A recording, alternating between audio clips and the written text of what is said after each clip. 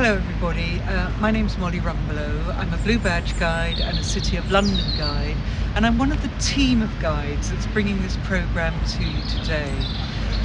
What I'd like to do is show you an area of London that's over 600 years old. It's the famous Inns of Court. Now you're probably wondering to yourself what on earth the Inns of Court are. Well, to be a barrister in England and Wales and Northern Ireland, you have to be a member of one of the 4 inns, and those inns are Gray's Inn, Lincoln's Inn, Middle Temple and Inner Temple. And as we go through, I'm going to be endeavouring to explain how the Inns of Court originated really from the medieval period and what their function has become today. I'll also be talking a little bit more about the differences between the barristers and the solicitors, and also where they work and how they work. Now, I think the first question to ask ourselves is then, why do we call the Inns of Court Inns of Court? Well, for this we have to go back to the medieval period. We had a king, Edward I, who was around in the 1290s. Edward had been away quite a lot from England, and when he got back, his court, which in those days was down at the Palace of Westminster, in other words, where the Houses of Parliament is today, was in disarray, largely due to the fact that many young men from the church, many clerics, had wormed their way into the courts on the pretense they could speak Latin, and they put themselves up as justices, really without any knowledge of the law at all. So obviously everything was very higgledy-piggledy, and Edward thought that this could not go on. So he got a man called Gray, who was a justice in Worcestershire, and he brought him to London, and he settled him in a manor house, and it was Gray's idea to really try and get students from every county all over England and Wales, and to train them up as barristers to be called to the bar. So many of them were accommodated at Gray's Inn, and hence this is really why we start getting the Inns of Court, because the students were accommodated there. It worked very much along the line of the Oxford and Cambridge college system. So they had their tutorials there, they had their lectures there, and they also dined there as well. They went on right up until the 1600s, when the Inns of Court acquired the freehold of the land, and then they became independent societies, and that's precisely what they are today. Now, this is the hall at Gray's Inn, and in the last year at law school, the student has to become a member of the Inn of Court. It doesn't matter which one, as long as they become a member. And once they become a member, they have to dine at the Inn of Court they've become attached to. It used to be 36 dinners, then they whittled it down to 24, then it was 18, and now it's 12. So they have to come along. You can bring a friend if you wish to, and they dine here, and if they haven't eaten their dinners, they won't be called to the bar. Now, being called to the bar, when they had the courts down at the Palace of Westminster, the bar was the dividing line between the judges and the barristers, and basically they were going up to the bar with this area of separation between them. So when the student has finally finished the exams, they will come here to the hall, and they'll have a very nice ceremony, and they will put a bar up, and they will be called up to the bar, and then they can practice in law. Now, we're in Lincoln's Inn, and just behind me, the red brick building is the hall at Lincoln's. It dates back to the 1500s, and it was in this hall that Charles Dickens, the famous author, set the opening chapter to Bleak House. And in the second paragraph, he gives this wonderful allegory of fog. And he talks about fog coming up the River Thames, fog getting into the lungs of the Greenwich pensioners, fog coming through the skylight. And by the time you finish reading it, you really end up choking on this wonderful allegory. His reference really is to the courts, and in the 19th century, how court cases went on for a very long time. And of course, this is all the background to Bleak House. Now, just next door is the chapel at Lincoln's Inn, and there's been quite a famous person actually connected with this chapel. His name was John Donne. He was the poet laureate in the 1600s. You may know one of his sermons that he wrote. He was the preacher here for a while, and it just begins, "No man is an island, every man is a part of the main, a piece of the continent," and it ends up, "Do not ask for whom the bell tolls, it tolls for thee." Now, when a bencher dies at the inn, a bencher is a judge, they ring the bell, and the clerks from the chambers have to go across to know for whom the bell is tolling for. And I think this is probably where John Donne got the idea from.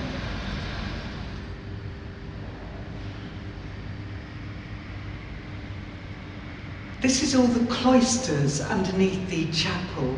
It's fabulous, isn't it? It's here that the students used to meet and discuss their lectures and various different cases. And it was built especially for them, for that purpose. They've also got one in the temple as well, and I'll show you that in a moment or two.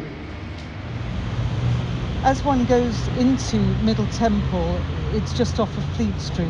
One goes through these gates along Middle Temple Lane with its old age courts and passageways, past Pump Court, dated 1680, where some of the buildings were designed by Christopher Wren, and then Hare Court, where the famous Judge Jeffreys, the hanging judge, was having his chambers.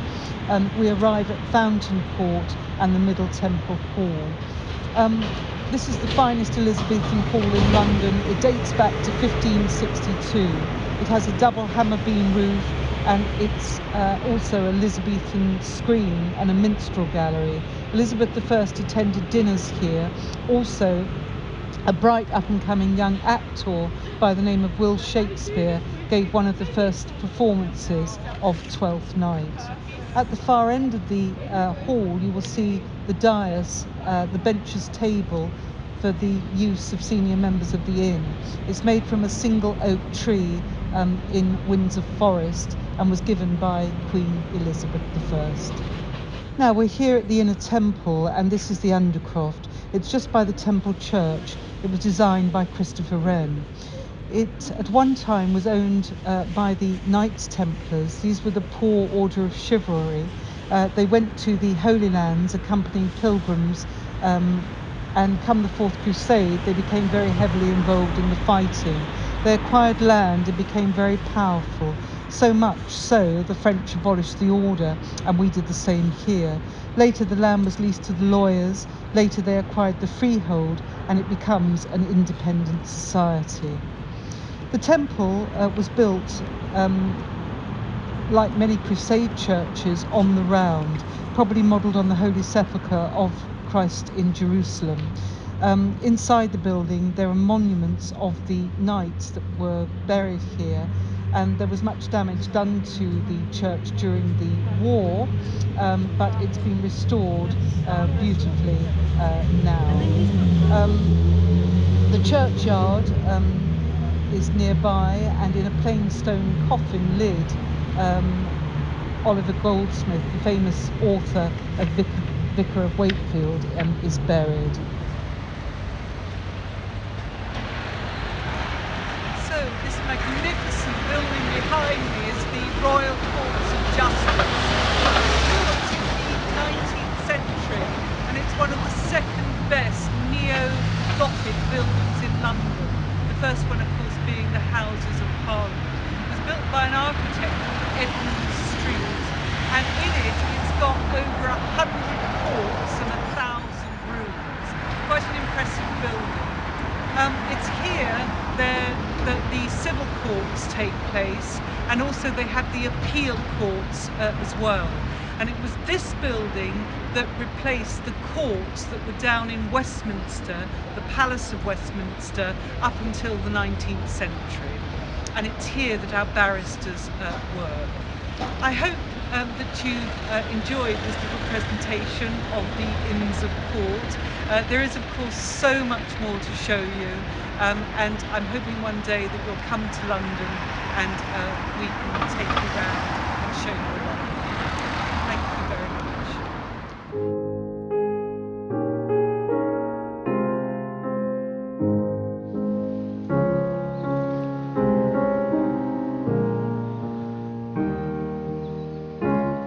Hi, my name is Barry Walsh. I'm a Blue Badge guide, and I also was a doctor in a previous life. I'm fascinated by medical history, and particularly the medical history of the royal family. And here we are in St James's Park in Westminster. I'm going to talk about the various illnesses of the royal family, how some of them died, and the various advances in medicine down the centuries. So I hope you'll enjoy my contribution to this film. This is the famous Buckingham Palace, the headquarters of the monarchy in London. And a very dramatic event happened here in 1902. Edward VII was due to be crowned on the 26th of June of that year. He developed some abdominal pain in early June, but it came and went. But on the 23rd of June, 3 days before the coronation, he was at a banquet for the crowned heads of Europe gathered here. And after that, he developed abdominal pain. The surgeons were called in, amongst them Lord Lister, the famous doctor from the 19th century who did all the work on surgery. Dr. Lister had to persuade the king to have an operation to remove his appendix, a very dangerous condition in early 1902.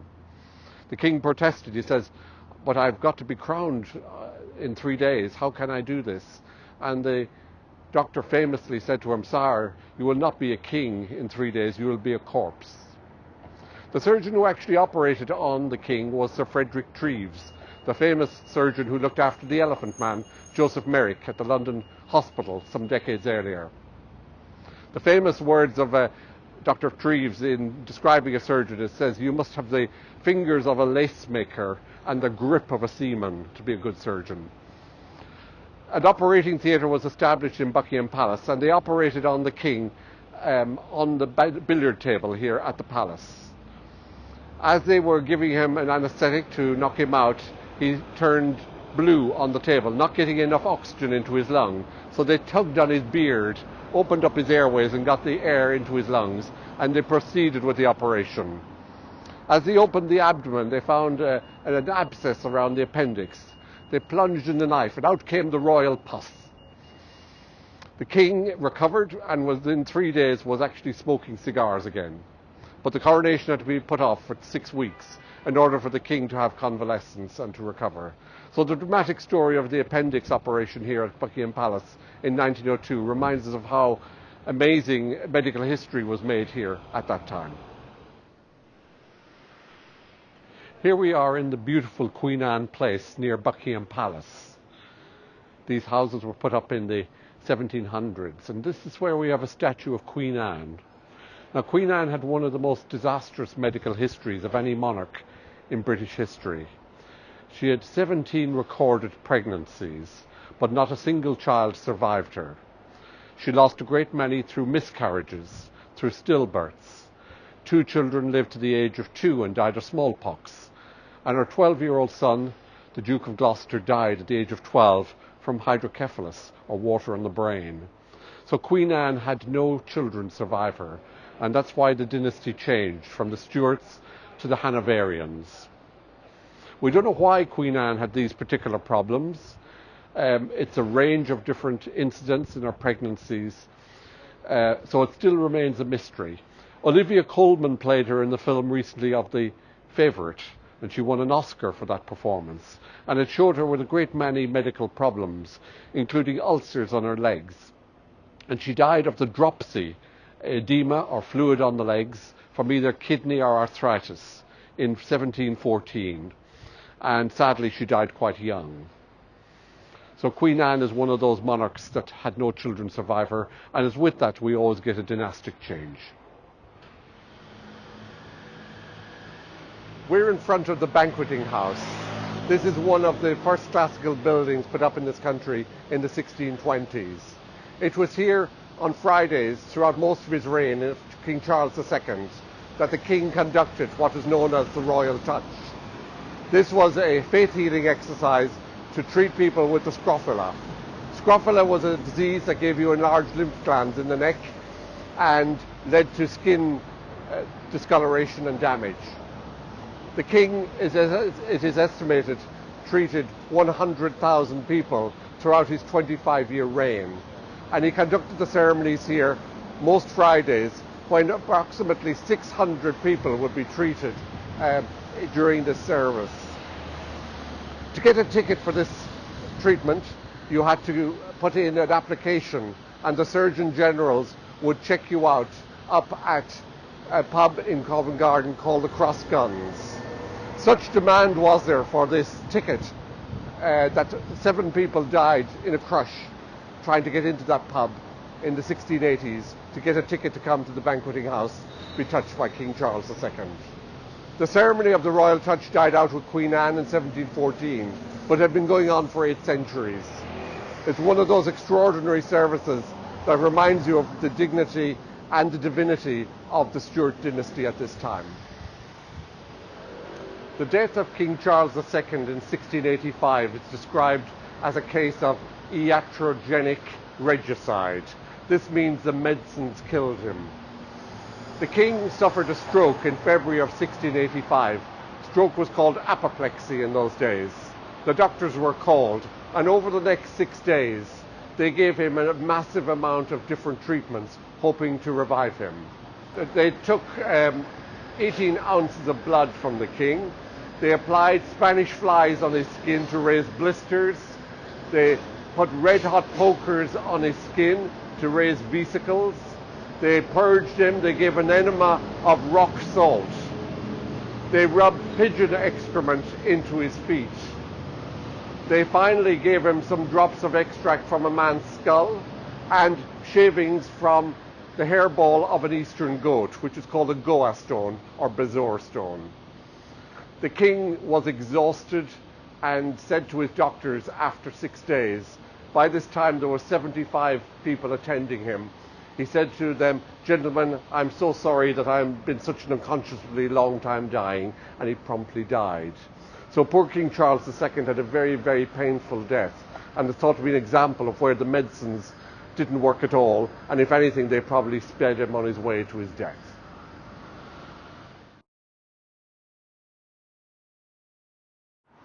In September 1951, the king developed a chest problem and they discovered that he had cancer of the lung, and they operated on him in Buckingham Palace. An entire operating suite was established in the palace, and you might remember from that series, The Crown, the first episode showed that operation taking place. Major operation at that time.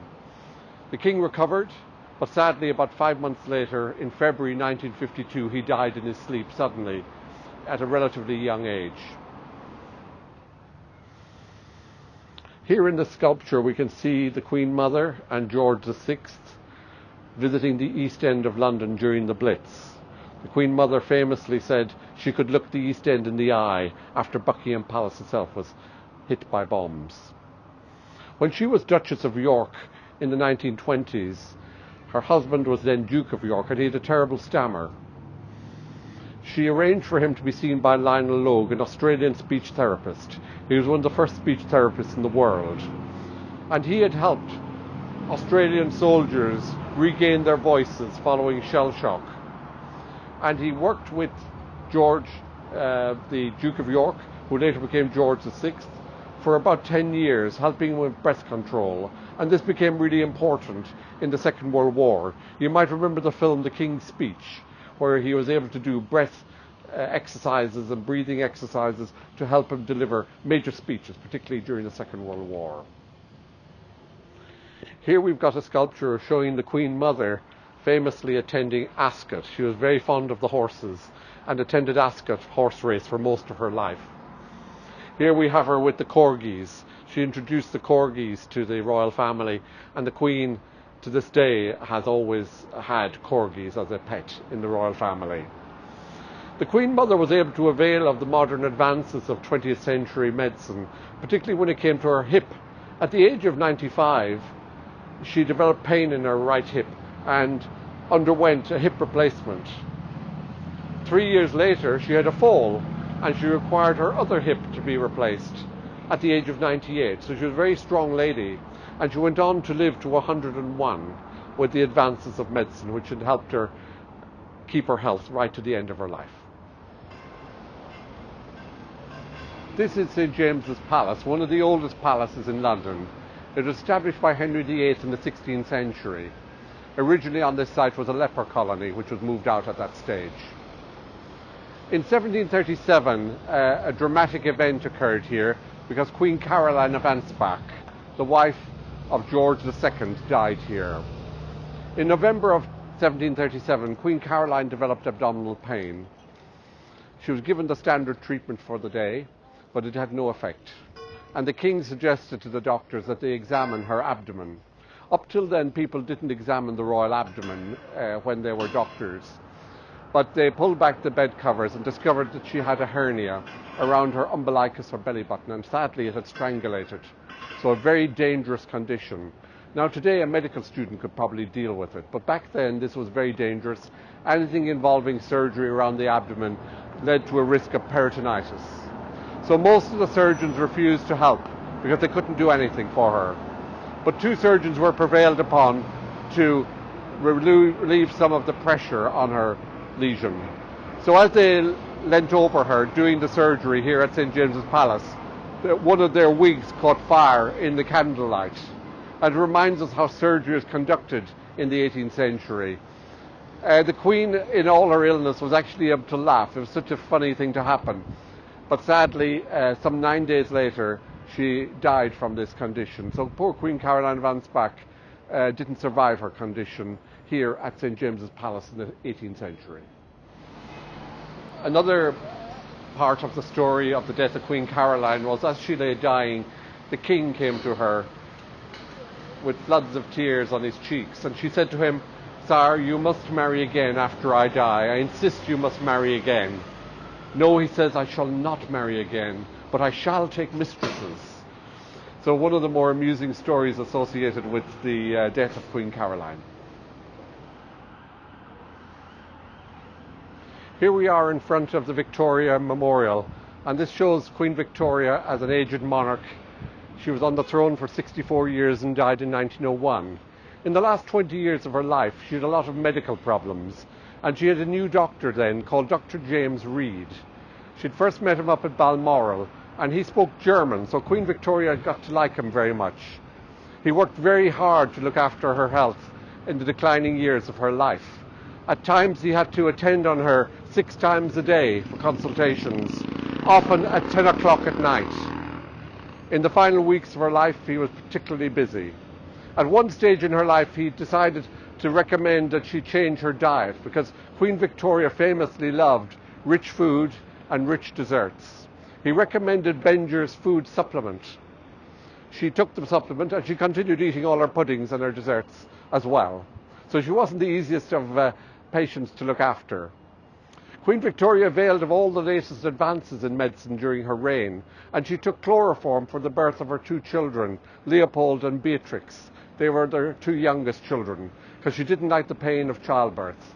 And she wrote about Dr. John Snow giving her the blessed chloroform as part of the birth process of those 2 children. When she lay dying, Dr. James Reed looked after her, and it was he who put items of sentimental interest of hers, of Albert, and of James Brown, her loyal retainer, in her coffin when she was laid out. During the 19th century, a disease called haemophilia was recognised for the first time, and Queen Victoria was known to have this gene. She herself was healthy and well, but managed to transmit it through her daughters, and one of those passed it on to the Russian royal family. One of her sons, Prince Leopold, developed this bleeding condition, and at the age of 4 he began to have joint problems and pains, and it was discovered he had haemophilia. Nothing could be done about it at the time, but he ended up having serious illnesses, and at the age of 31 died of haemophilia. Since after that, the disease itself seems to have faded out of the royal families of Europe.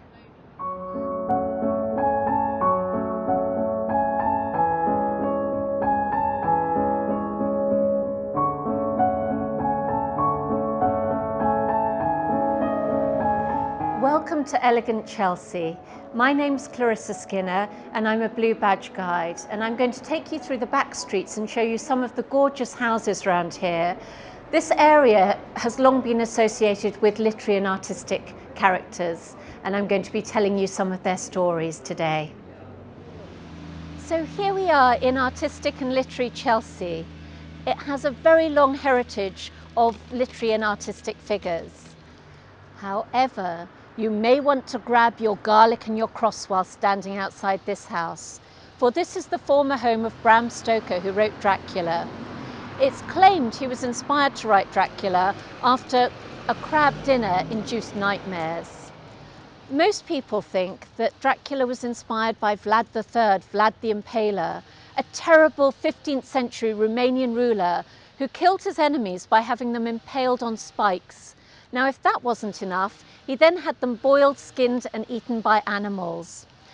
It's said that he claimed over 400,000 victims in this way. However, when Bram Stoker's notes were found many years later, it was discovered that he never mentions Vlad the Impaler. However, he does talk about the word Dracula, which in Wallachian means the dragon or the devil. However, also, the Impaler himself was known as Dracula, son of the dragon. And when Francis Ford Coppola made his film Bram Stoker's Dracula, after 20 years of the notes having been found, he still based the story on the Impaler because it was such a good story. There are further inspirations for Dracula, and that comes from Bram Stoker's childhood. He was struck by a mysterious illness that left him unable to walk until he was aged 7 years old. Dacre Stoker, his great-nephew, claims that he was bloodlet. Now, this is very possible, as Bram Stoker had medics in the family, so bloodletting may well have gone on, and this is said to have led to a terrible fear of loss of blood, hence his blood-sucking vampires. He also used to play in Clontarf graveyard in Dublin, amongst the graves of the undead, as he called them. And in fact, he was to call his film The Undead until he realised Dracula might be a better name, and it was published in 1897. His family also owned a vault in the spooky church of St Mich in Dublin. Some of the coffins were sometimes left open in these spooky vaults, with arms and legs protruding, heads thrown back with mouths wide open, fodder for his vampires to spring to life. Eventually, he grew up to be 6'2" and a strong athlete, and he called himself Ugly But Strong. We're standing in front of the lodgings of Mark Twain. He lodged here, as you can see from the plaque on the wall behind me, from 1896 to 1897. He was on the second floor bay window where he could look across Tedworth Square, where he said he could see the men and maids kissing. He talked about Chelsea as being a village because he could walk along the King's Road being totally anonymous as he came from Hannibal, Missouri. His famous novels were The Adventures of Tom Sawyer and The Adventures of Huckleberry Finn, which became known as the Great American Novel. However, whilst living here, he was in mourning tragically for his daughter Susie, who had died aged 24 of meningitis whilst the parents were abroad. He himself had this great ambition as a child to become a steamboat pilot. He managed to do this, but there is tragedy around this too, as his brother Henry joined him on the steamboat at his bequest. Mark Twain had a premonition that this would cause his brother's death about a month before it happened, because a boiler on the steamboat exploded on the 13th of June 1858, and Henry died from his wounds. I'm standing in the beautiful Chelsea Physic Garden. This is the oldest botanical gardens in London, established in 1673 by the Worshipful Society of Apothecaries. Not the oldest in the country, that's in Oxford, the Oxford Botanical Gardens, established in 1621. The great benefactor of these gardens was a man called Sir Hans Sloane. He was a physician and collector, and on his death in 1753 he founded the British Museum. He actually bought the Manor of Chelsea and gave the land to the Society for a sum of £5 per annum, and they still pay this to his ancestors today. There is controversy surrounding Sir Hans Sloane now, as unfortunately he profited from the slave trade in the West Indies. He went out as physician to the governor there, the Duke of Albemarle, and the plantations there were worked by slaves, mostly from Ghana and the Côte d'Ivoire. He later married Elizabeth Langley Rose, and she too was an heiress of sugar plantations. So in fact his great collection was partly funded by the slave trade and also his own medical career. As a physician, he wasn't interested in gardening. What he was interested in was the medicinal properties of plants. And in fact, he was a great promoter of quinine for the cure of malaria. And still today in the gardens, they have quinine here. Quinine is also used for flavouring tonic water, a slightly different medicinal cause perhaps. Whilst in Jamaica, Sir Hans Sloane realised that if you got bitter cocoa and mixed it with milk and sugar, you could make a delicious chocolate drink. And it's this secret recipe that Cadbury's bought, and we can thank him for Cadbury's chocolate. If you go to the British Museum, however, and go to the Enlightenment galleries, you can find his medicinal cabinet, in which you will find a mummy's finger, because ground up mummy's fingers were proper for contusions. You would also find amethyst, because ground amethyst was good for drunkenness, and jade or netherite was placed on the skin for kidney disease. We do not know if Sir Hans Sloane believed in these remedies himself, but maybe he was just explaining what people's beliefs were at the time. There is one other thing to mention about this garden. It's where the first cotton seeds were sent in 1732 to Georgia in America, leading to the great boom in the cotton industry there. And there is more to tell about that for another time. The Albert Bridge is one of my favourite bridges in London. At night it's lit up with lights and it just sparkles. This bridge was opened in 1873. It was built by Roland Mason Ordish as a part suspension and part cable stayed bridge. Unfortunately, however, 11 years later it was found to be unstable. So in 1884, Sir Joseph Bazalgette was brought in to exchange the cable stays for the chain links that you see here. It was known therefore as the Trembling Lady because it was thought to be so unstable. And in fact, on this side of the bridge, there's a sign that tells soldiers to break step. This is because the Chelsea Barracks used to be here in Chelsea. Now, of course, they've been turned into luxury apartments. But there was a fear that when too many soldiers were marching across, it would destabilise the bridge. It saw more trouble in the 1950s, when in fact they threatened to demolish the bridge. So John Betjeman, one of our former poet laureates and a great lover of Victorian architecture, crusaded to fight and save the bridge. He said of it, "Shining with electric lights, grey and airy on the London sky, it is one of the beauties of the London River." Once again, it gets more trouble. It's saved, but in 2010, 2011, this time the trouble comes from canines. Too many dogs going across the bridge to take their walk in Battersea Park. Unfortunately, they would mark their territory, and some of the bridge is timber, and the timber rotted because of them marking their territory. So in 2010, 2011, they had to again do work on the bridge. Ironically, when it was opened, it was two crossbreed staffies called Prince and Albert who were the first to cross the bridge, and they come from the Battersea Cats and Dogs Home across the river. It's a lovely charity for deserted, stranded cats and dogs.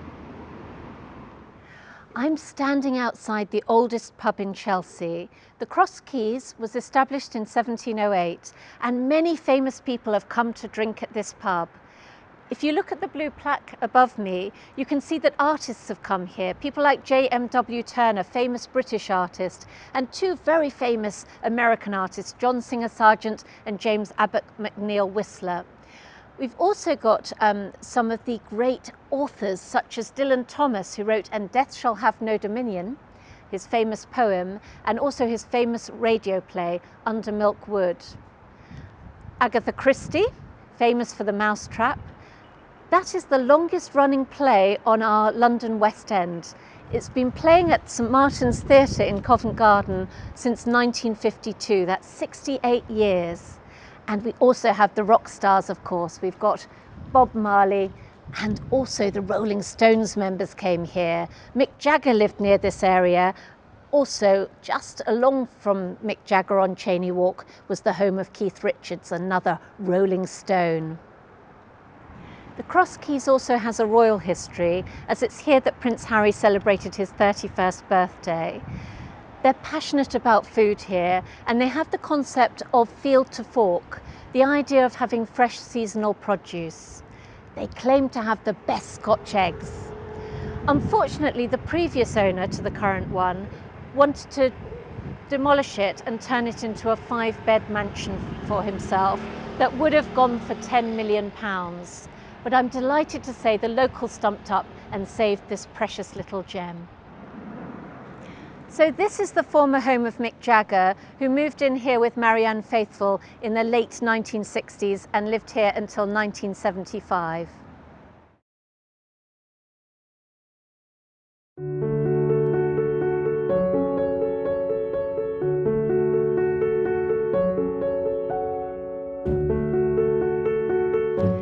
Hello, welcome to London. My name is Themis Halvansi-Stringer and I'm a Blue Badge tourist guide. This is my particular corner of London and it is called Canary Wharf.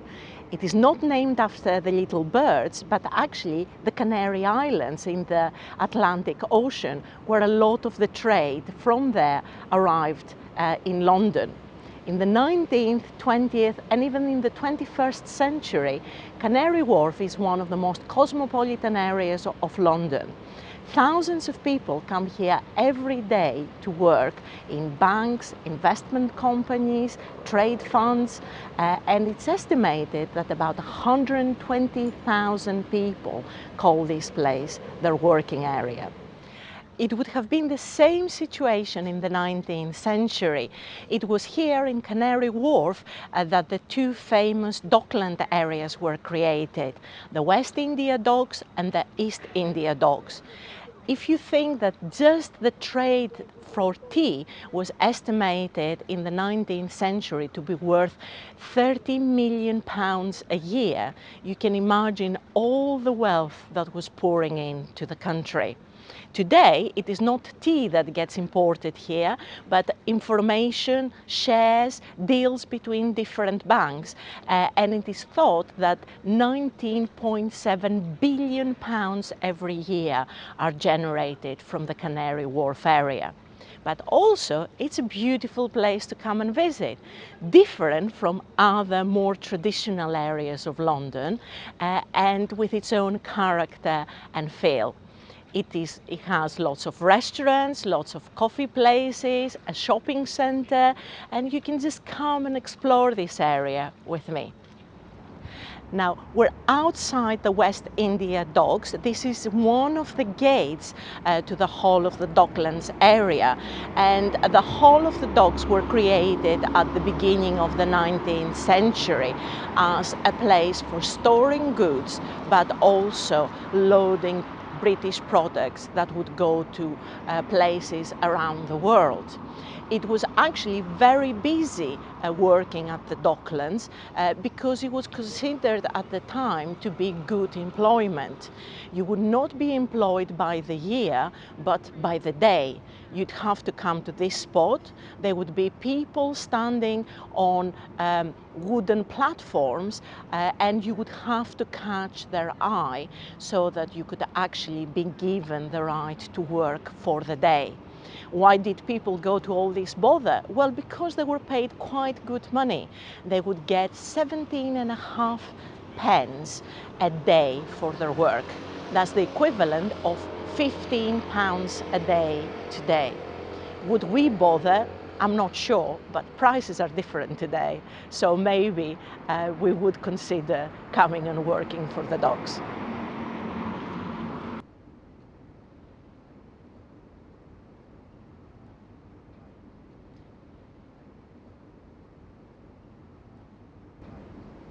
We're at the entrance of the West India Docks. You can see in the picture how busy the Docklands area would have been, with lots of products loaded and unloaded to ships. Now, pay attention to the building with the columns in the picture, because you're going to see it for real. It still survives, and it is today a pub. So 120 years on, we're still at the same spot.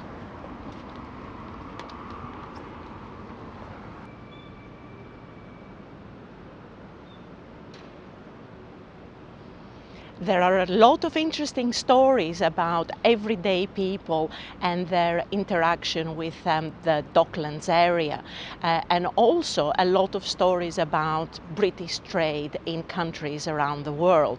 All this is housed in this wonderful museum, the Docklands Museum, which is free to visit, and it will give you a very good idea of what it was like to work in the Docklands area.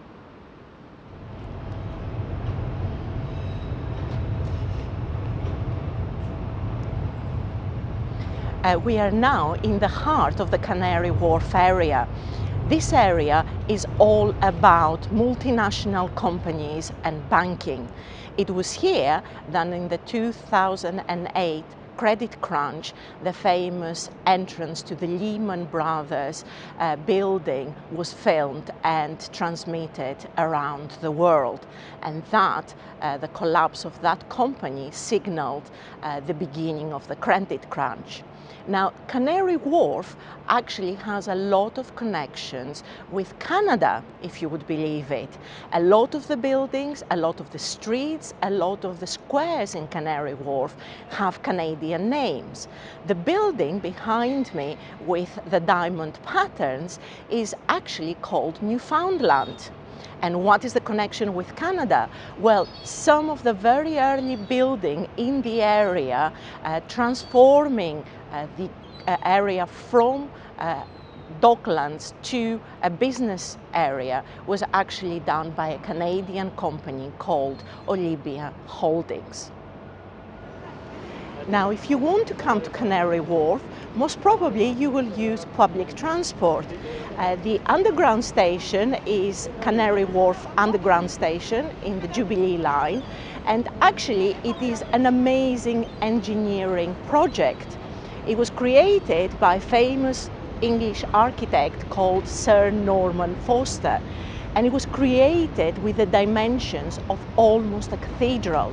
It is 300 meters long, 30 meters tall, and when you get inside, you really have a sense of awe and inspiration, something that you could possibly get in a cathedral. It was created to accommodate about 50,000 people, 50,000 passengers traveling in one day. And you might be surprised that there is a need for so many people, but actually it has already exceeded this record. It has accommodated more than 66,000 passengers in a single day. It's a true wonder. The bridge connecting Adams Plaza to the new Crossrail station in Canary Wharf and the East Window Garden is decorated with this amazing mural by the artist and designer Camille Walala. Doesn't it remind you of a kaleidoscope? Now, we're in an interesting garden which is above a new underground line called the Queen Elizabeth II line, and the station is called Crossrail Place. The garden is particularly important for Canary Wharf because it represents the kind of plants that explorers would have met in their journeys either west of Britain or east of Britain. So these are all plants collected in transatlantic and trans-Pacific journeys. It is open spaces and squares like this one that gives the area of Canary Wharf its nickname, which is New York on the Thames.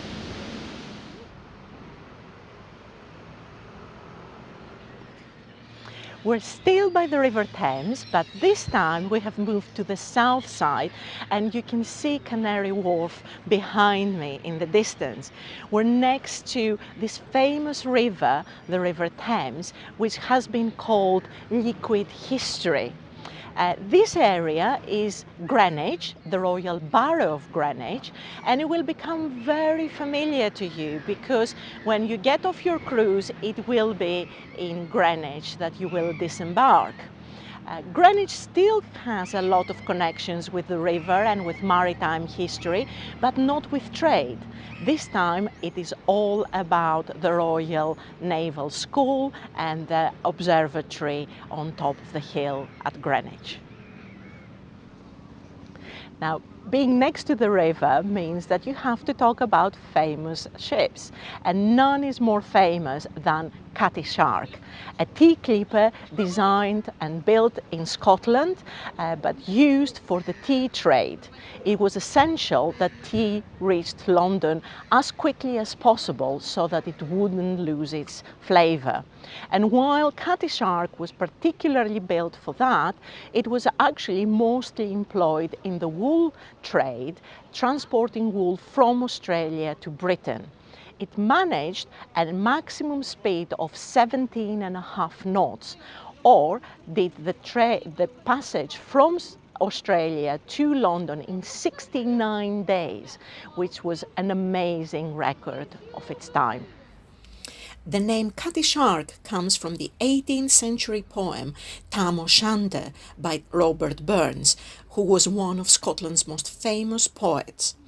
Cutty Shark is the nickname of the witch Nanny Dee, and you can actually see the witch carved as the ship's figurehead. Talking about Admiral Nelson, you can actually see the coat he wore when he was shot at the Battle of Trafalgar at the National Maritime Museum, and also in front of the museum this artwork by Yinka Shonibare, a Nigerian-born artist. The artwork is called Nelson's Ship in a Bottle, and it's a replica of HMS Victory, Nelson's flagship at the Battle of Trafalgar. Greenwich is famous for the buildings of the Royal Naval College. Designed by the famous 17th century architect Christopher Wren, the buildings have appeared as backdrop to countless films and TV series, so they might look familiar to you. It was here that in 1806 the body of Admiral Nelson lay in state for 3 days before being taken up the river to St. Paul's for his funeral.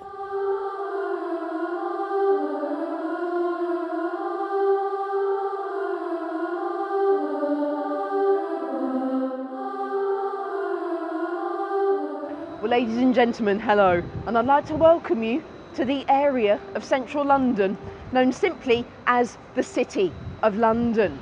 Now, if you look right up at the top of the hill there is the famous St. Paul's Cathedral, which I'm going to tell you about in a minute, right in the heart of the city.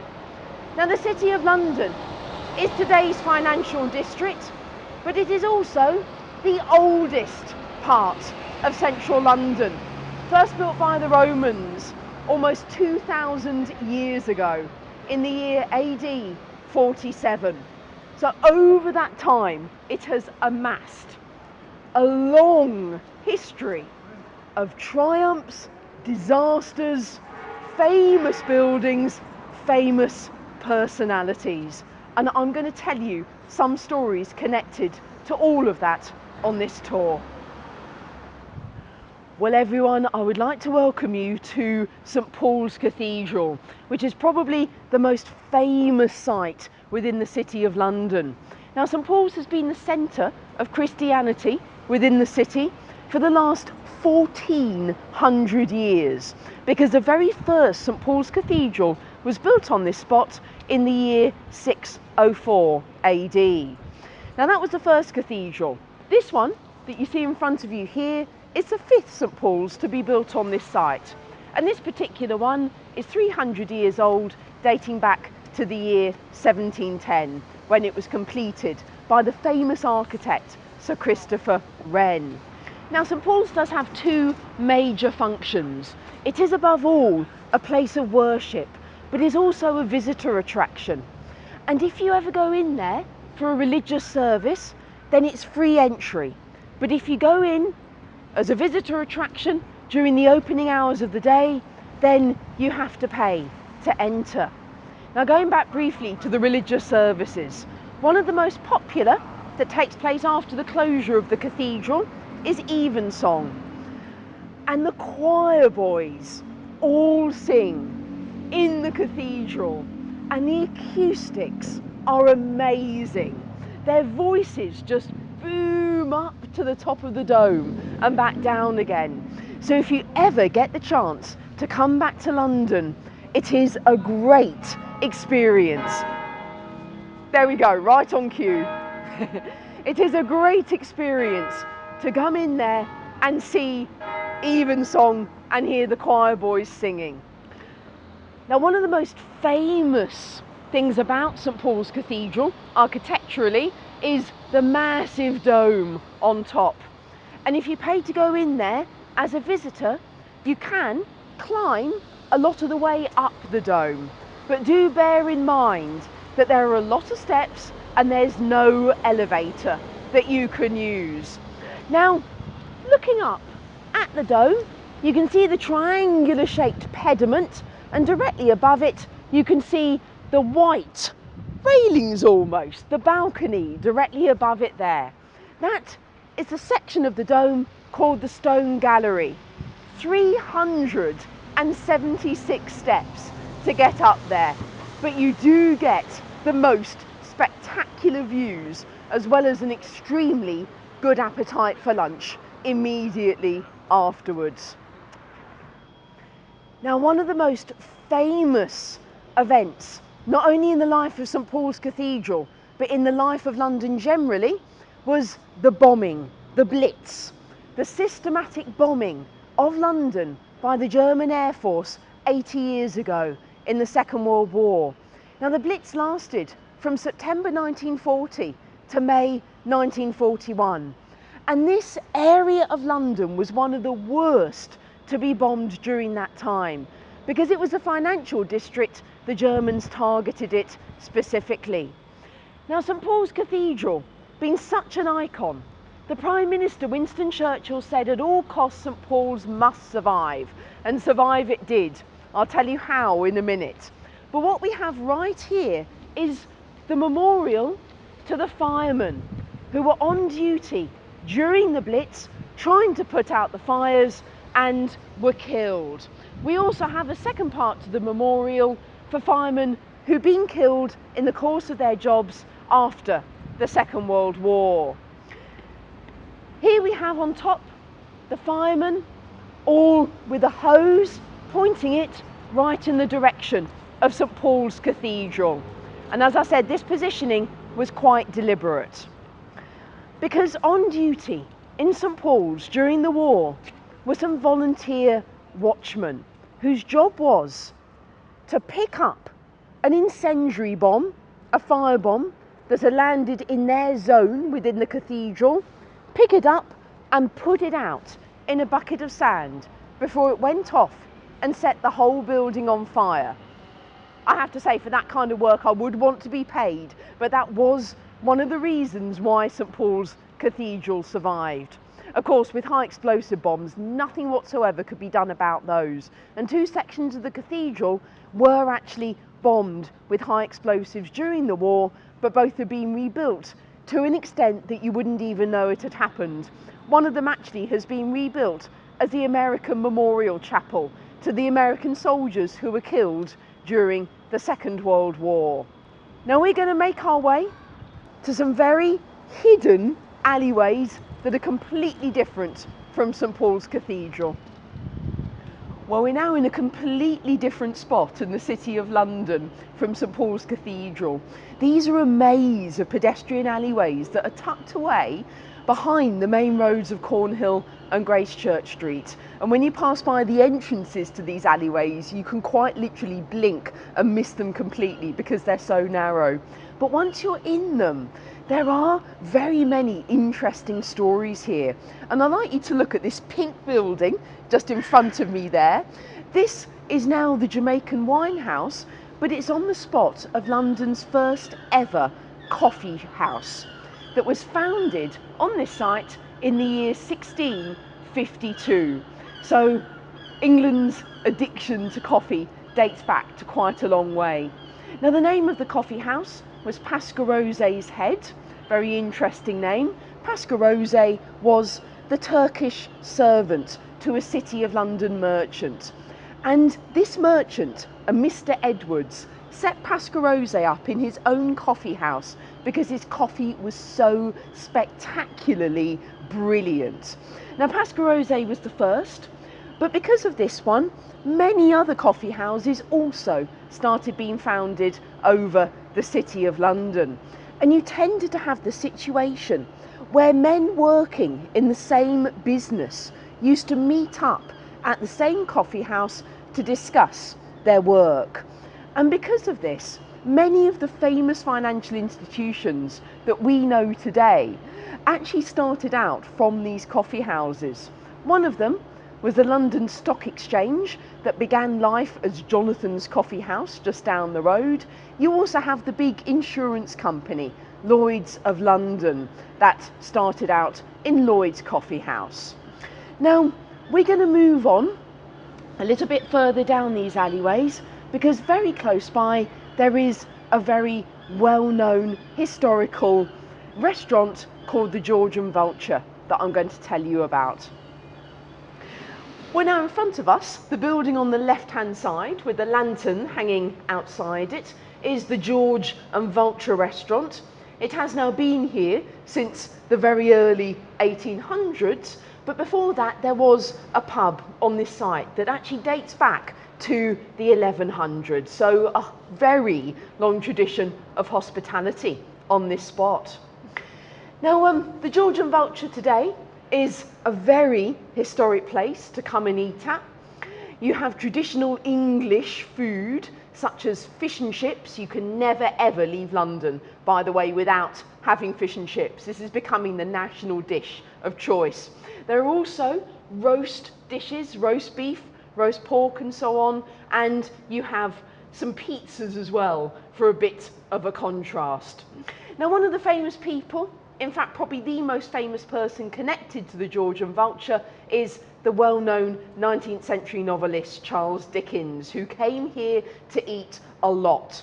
And not only Charles Dickens, but several of his characters were also placed within these alleyways. Mr. Pickwick, from his first full-length novel, The Pickwick Papers, was at the George and Vulture as well.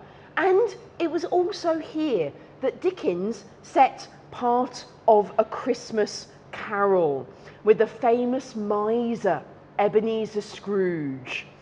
Now Scrooge had his counting house in these alleyways, and this book is definitely the most popular of Dickens' Christmas works, that he tended to write at the Christmas time of year very moral tales about the rich giving to the poor.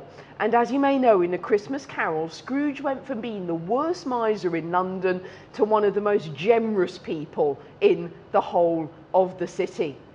Now moving on to the alleyways in general, you can see down here just how narrow a lot of them are.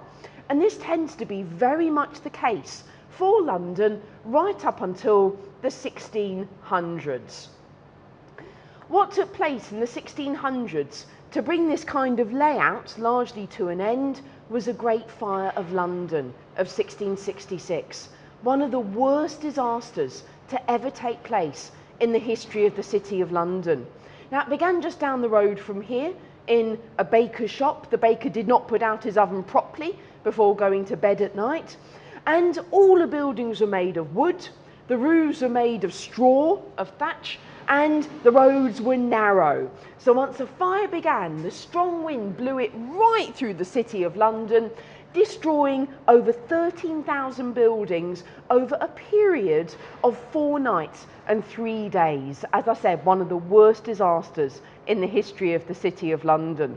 But afterwards, various laws came out saying that no building could be made of wood, had to be usually stone like this one or brick instead, and as well no roofs to be made of straw thatch. So that is when the city started changing its appearance to a large degree.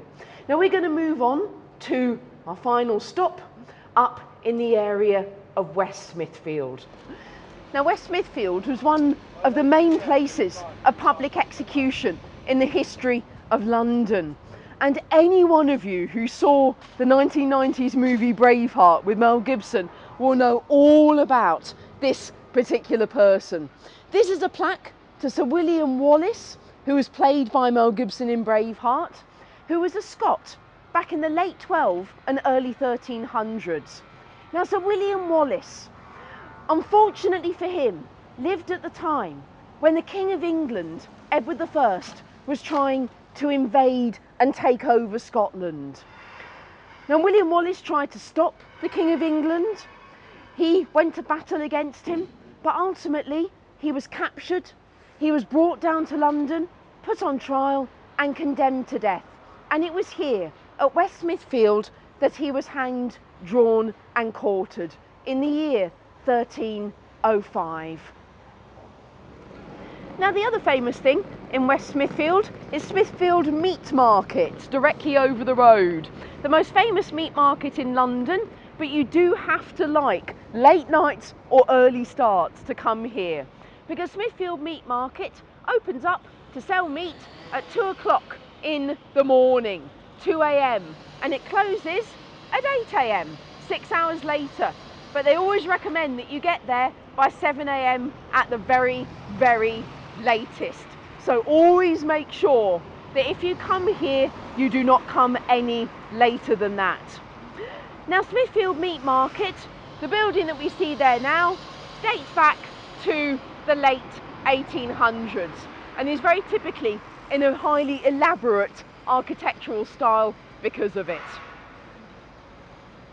Now I wanted to show you at least one historic pub in the City of London. And here we have the Rising Sun that actually does date back to the 17th century. Now the Rising Sun pub is again a great place to get traditional English food. But they've also thrown some burgers and salads in just for a bit of variety. Now, the reason that I'm talking about this particular pub is partly because it's tucked away behind West Smithfield and it's so quiet that you can normally walk in, sit down and have a bit of a relax after all your walking around the City of London on your tour. But it's also a pub that has a bit of a history. 200 years ago, body snatchers were apparently operating at this pub. You see, the situation was that doctors needed dead bodies to carry out anatomical research on, and they didn't really care too much where they got them from.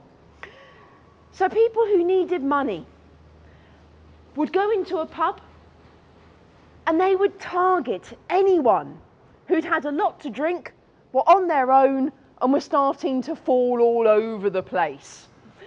They would take that person out, they'll say, "I'll see you back home," and the moment they got them to a quiet alleyway on their own, they would murder that person and take their body straight to the nearest hospital. This pub is still said to be haunted because of the activities of body snatchers here 200 years ago. But I'm happy to say you will be perfectly safe if you want to go there now. Now here we have the oldest surviving church in the whole of London. This is the church of St Bartholomew the Great, and it dates back to the year 1117. So right now, just over 900 years old. Now St Bartholomew the Great was founded by a monk called Rahir, and at that time it was part of a priory that occupied the whole of this area. But because St Bartholomew the Great is such a historic church and so tucked away, it's also a very popular one for filming.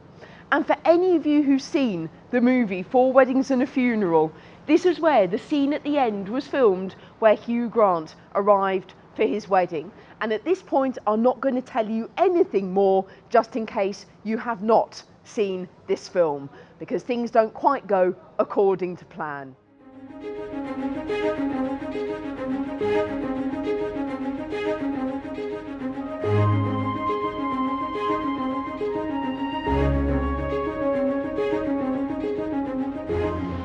Hi, I'm Sarah Wood. I'm one of the London Blue Badge guides that works with Viking Cruises, and I've chosen to take you on a walk of London's South Bank. Now the North Bank is over on this side. It's Westminster, which is the seat of government, and then over here the City of London, which we're going to hear more about as well, and that's been our trading area for 2,000 years. But I'm going to take you on a walkway along here, because you can walk all the way from the London Eye to Tower Bridge. This mural shows the influence of Aboriginal dot paintings, and amongst the thousands of different coloured dots is one red dot to show us where we are. This painting of the South Bank was actually painted just a few months ago by Jimmy C. And Jimmy C, James Cochrane, is an Australian, but he's based in London, and he is one of our most loved and most famous street artists. The painting is on the wall of this station, Blackfriars. Look at the solar panels on the roof and the platforms spanning the river. It's a fantastic station. But talking of the river, I think it's time to go and have a closer look. From down here you get one of the best views of the city. Now the city was founded by the Romans, but I want you, for now, to forget about the dates. I want you to think about this, the river, because this is where London began. If you want to understand the character, the history, the geography, the economy of London, look no further than the River Thames. Now this is the same River Thames that flows through Windsor and Oxford, and there it's a really sort of beautiful river. The difference here is that the river is a tidal river, and the difference in between high and low tide is phenomenal. Today it'll be about 15 feet.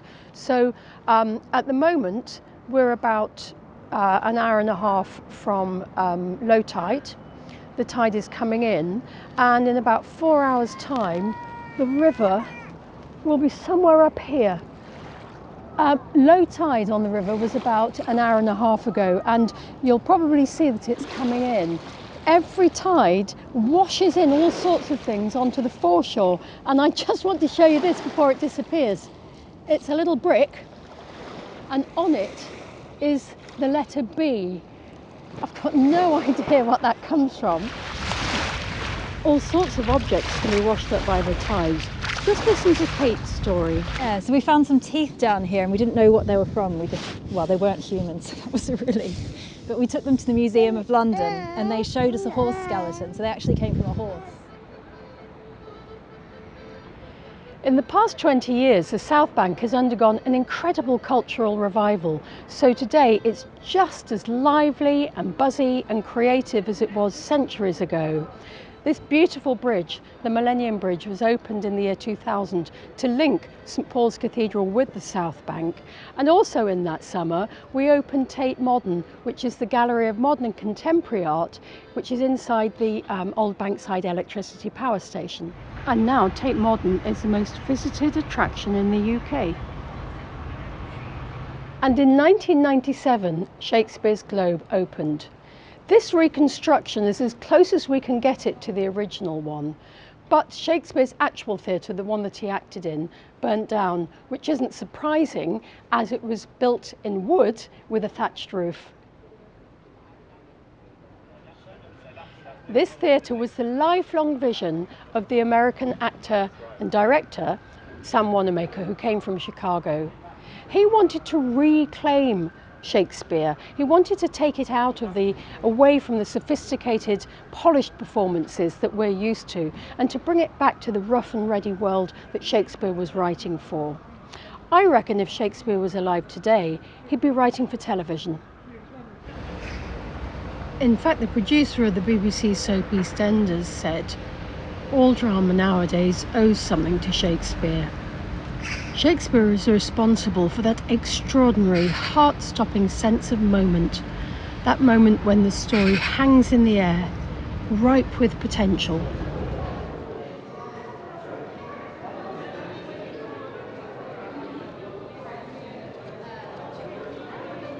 And another of the real greats of English literature is Charles Dickens, and he used to get a lot of his inspiration just walking around the streets of London for hours at a time. He used to come here on his days off work to visit his family. His family were in the Marshalsea debtors' prison, and he was only 12 years old. It was an experience that Dickens never really got over. But that was very typical of Dickens. He never got over anything. He just wrote every experience into his novels. I'm in front of Southwark Cathedral, and in Geoffrey Chaucer's Canterbury Tales, his pilgrims met at the Tabard Inn in Southwark, which is just a stone's throw from here, and I bet they came here to pray for a safe journey. It was Geoffrey Chaucer who put the English language as a literary form on the map, because prior to that, literature had been in the French language and English had been the language of peasants. And then, in the time of Shakespeare, the English language really flowered. That was the time when we translated the Bible into English for the first time, and thousands of words had to be invented because they just didn't exist before. So for the first time it was becoming a sophisticated language. And it's here in Southwark Cathedral that Shakespeare's brother Edmund is buried. And I haven't even started to tell you about John Harvard or Laurence Olivier or the day that Oscar Hammerstein got lost here. That will just have to wait until you get here.